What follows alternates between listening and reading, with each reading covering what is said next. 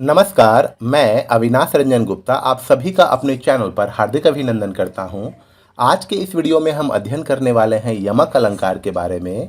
यमक अलंकार को उर्दू और फारसी में तजनीस ज़ायद कहते हैं और अंग्रेजी में इसके लिए पन शब्द का प्रयोग किया जाता है। तो शुरू करते हैं यमक अलंकार का संपूर्ण अध्ययन। सबसे पहले हम लोग अलंकार की परिभाषा पर संक्षिप्त रूप से विचार कर लेते हैं। देखिए, किसी वाक्य के वर्णन करने का चमत्कारिक ढंग अलंकार कहलाता है। दूसरे शब्दों में यूँ कहिए कि जिस सामग्री से किसी वाक्य में रोचकता व चमत्कार आ जाए वह सामग्री अलंकार कहलाती है। कहने का तात्पर्य यह है कि जब हम कोई वाक्य कह रहे होते हैं और वाक्य कहने के दौरान जब हम उसमें विशिष्टता का समावेश कर देते हैं जिससे वाक्य में चमत्कार या प्रभाव पैदा हो जाता है तो उसे ही हम लोग अलंकार कहते हैं। अलंकार को अंग्रेजी में फिगर ऑफ स्पीच कहते हैं। अलंकारों के प्रकार पर विचार करें तो पाएंगे अलंकार तीन प्रकार के होते हैं: शब्दालंकार, अर्थालंकार और उभयालंकार। अभी हम लोग शब्दालंकार के बारे में अध्ययन करते हैं। शब्दालंकार की परिभाषा पर अगर हम लोग विचार करें तो देखिए, जहाँ शब्दों में चमत्कार पाया जाए वहाँ शब्दालंकार कहा जाता है। इसका तात्पर्य यह है कि यदि उन शब्दों को बदलकर उनके स्थान में उनके पर्यायवाची शब्द रख दिए जाए तो यह चमत्कार न रहेगा। कहने का तात्पर्य यह है कि शब्दालंकार में अलंकार की सृष्टि शब्दों के संयोजन से या शब्दों के संगठन से ही होती है। अगर हम लोग एक शब्द को बदलकर उसकी जगह पर उसका पर्यायवाची रख दे तो शब्दालंकार और सृष्टि नहीं होगी। कैसे? उदाहरण के तौर पर देखिए, तरनी तनुजा तट तमाल तरुअर बहु छाए।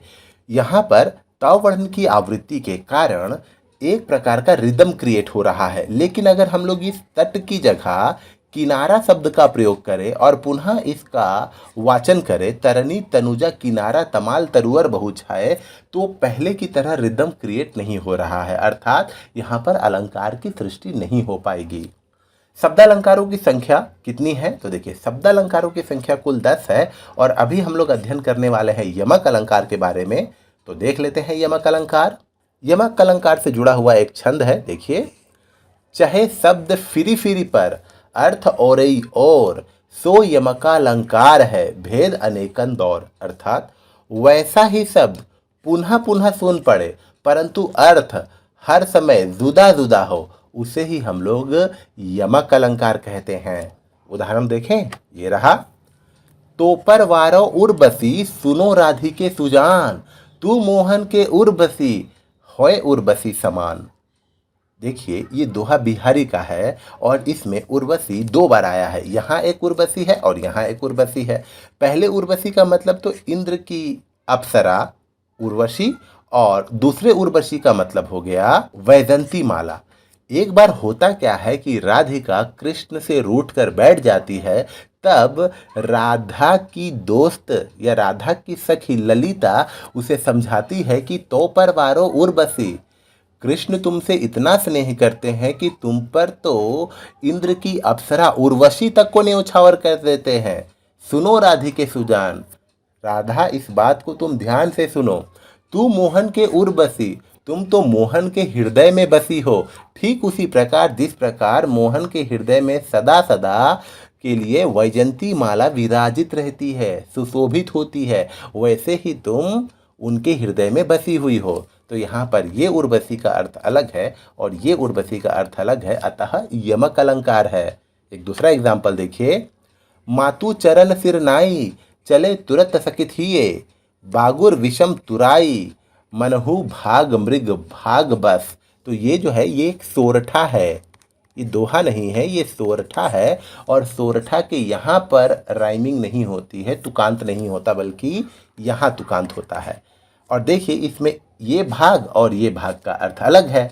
ये उस समय की बात है जब लक्ष्मण अपने बड़े भाई राम के साथ वनवास जाने के लिए आतुर हो जाते हैं और जाने से पहले जब वो अपनी माता के चरणों का स्पर्श करते हैं तो उन्हें ये भय रहता है कि कहीं उनकी माता उन्हें जाने से रोक ना दे, इसीलिए मातु चरण सिरनाई चले तुरंत संकित हिए, अर्थात माता के चरणों का स्पर्श करके वो तुरंत संकित हृदय से वहाँ से बढ़ रहे हैं। उन्हें ऐसा लग रहा है देखकर बागुर विषम तुराई, अर्थात कोई बहुत कठिन जाल से फंसकर मनहु मानो भाग मृग भाग बस, अर्थात कोई शावक का बच्चा बहुत कठिन जाल से निकलकर भाग रहा है, भाग्यवश उसकी जान बच गए। तो यहाँ पहले भाग का मतलब हुआ भागता और दूसरे भाग का मतलब हुआ भाग्य। तो यहाँ हो गया यमक अलंकार। एक और एग्जाम्पल देखते हैं। भजन कहियो तासो भजियो, भजियो ना एको बार, दूरी भजन जासो कहियो, सोते भजियो गंवार। यहाँ पर भजन आया है।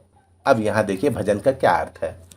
भजन कहियो तासो भजियो, भजियो ना एको बार, अर्थात मैंने तुम्हें भगवान का भजन करने को कहा तो तुम भाग गए, तुमने एक बार भी भगवान का भजन नहीं किया।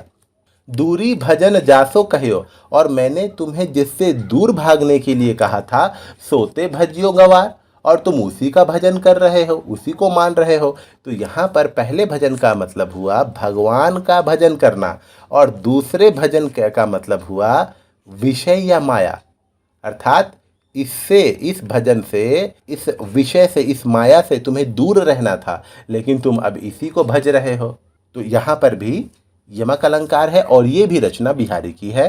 कनक कनक ते 100 गुनी, मादकता अधिकाय, या खाए बौराए जग वा पाए बौराए। तो ये देखिए यहाँ कनक 2 बार आया है। एक कनक का मतलब हुआ धतूरा, जिसका अन्वय हम लोग करेंगे खाने के साथ, और एक कनक का मतलब हुआ सोना, स्वर्ण, गोल्ड, जिसका अन्वय करेंगे हम लोग पाने के साथ। यहाँ पर बिहारी जी कह रहे हैं अगर कोई धतूरा खा लेता है तो वो बौरा जाता है, पागल हो जाता है कुछ समय के लिए, लेकिन अगर किसी को अपार मात्रा में सोना मिल जाए तो उसका जो नशा होता है वो धतूरे से ज़्यादा नशा होता है और उसको पाकर तो वो पूरा बौरा ही जाता है। तो यहाँ पर धतूरा और सोना 2 अलग अलग अर्थों में आया है, अतः यहाँ यमक अलंकार है। फिर देखिए, मूरत मधुर मनोहर देखी, भय्यू विदेह विदेह बिशेखी। तो देखिए यहाँ विदेह 2 बार आया है और दोनों विदेह का मतलब अलग है। ये एक चौपाई है। देखिए विदेह का मतलब राजा जनक अर्थात सीता के पिताजी, और विदेह का मतलब देह की शुद्ध बुद्ध खोना। जब सीता का स्वयंवर हो रहा था और वहाँ पर राम और लक्ष्मण दोनों आ गए तो उनकी सुंदरता देखकर राजा जनक अर्थात विदेह जो थे वो अपनी शुद्ध बुद्ध खोने लगे। यमक अलंकार का एक अच्छा एग्जाम्पल है ये। इसके बाद एक एग्जाम्पल देखिए, काली घटा का घमंड घटा, नभ मंडल तारक वृंद खिले। तो यहाँ देखिए घटा 2 बार आया है। काली घटा अर्थात बादल और घटा अर्थात कम होना, काली घटा का घमंड घटा।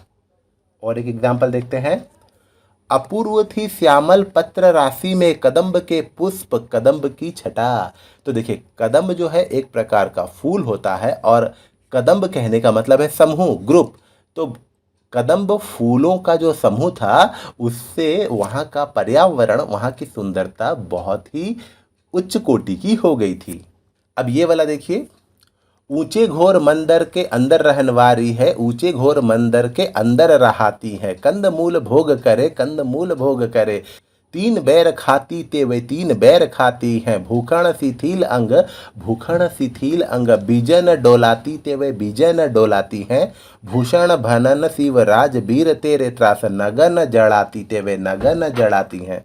देखिए ये जो है ना, कवि भूषण ने शिवाजी की प्रशंसा में लिखा था और शिवाजी का वर्चस्व इतना था कि वो जो मुगल शासक थे वो भय से कांपने लगे थे और जंगलों में जाकर रहने लगे। तो कहते हैं ऊंचे घोर मंदिर के अंदर रहनवारी है, ऊंचे घोर मंदिर के अंदर रहाती है।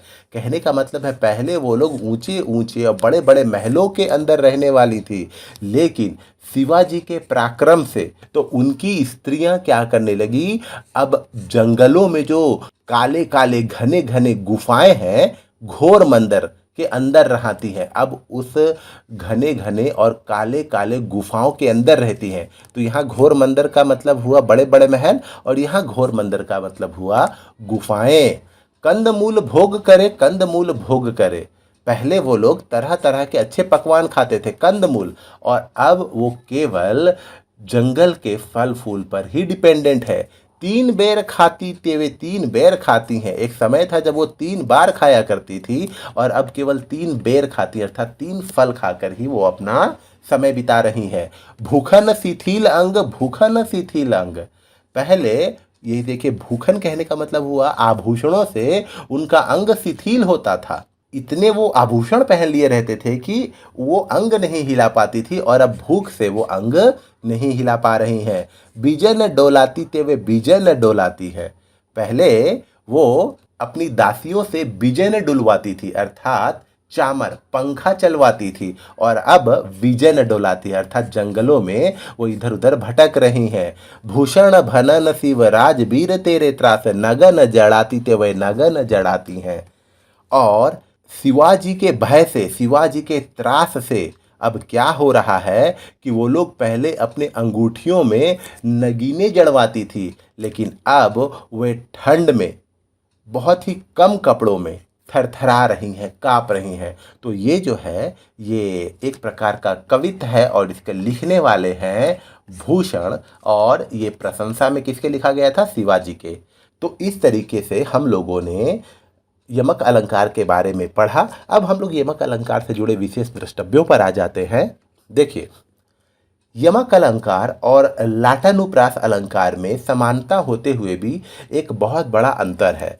स्मरण रखना चाहिए कि लाटानुप्रास में केवल शब्दों की ही नहीं वरन वाक्यों तक की आवृत्ति हो सकती है। देखिए, लाटानुप्रास में क्या होता है ना, शब्द और वाक्य की आवृत्ति होती है। जैसे पूत कपूत तो का धन संचय, पूत सपूत तो का धन संचय। तो आपके दिमाग में ये आ सकता है कि ये लाटानुप्रास जो अनुप्रास अलंकार का एक उपभाग है, ये भी तो यमक अलंकार है। लेकिन नहीं, यमक अलंकार में क्या होता है, शब्दों का आवर्तन होता है और प्रत्येक शब्द का अर्थ अलग अलग निकलता है। यमक अलंकार के सबसे अधिक भेद केशव दास ने अपनी रचना कवि प्रिया में लिखे हैं। अगर आपसे कभी किसी ने पूछ लिया कि कौन सी रचना ऐसी है जिसमें यमक अलंकार के सबसे ज्यादा उदाहरण मिलते हैं, आपका उत्तर होना चाहिए केशव दास की कवि प्रिया। अच्छा, इस अलंकार को अंग्रेजी में पन कहते हैं और उर्दू या फारसी में तजनीस जायद कहेंगे। तो इस तरीके से हम लोगों ने यमक अलंकार से जुड़े विशेष द्रष्टव्यों पर भी विचार किया। उम्मीद करता हूं कि आपको मेरा ये वीडियो ज़रूर अच्छा लगा होगा। हम पुनः मिलेंगे किसी अगले वीडियो में, तब तक के लिए धन्यवाद।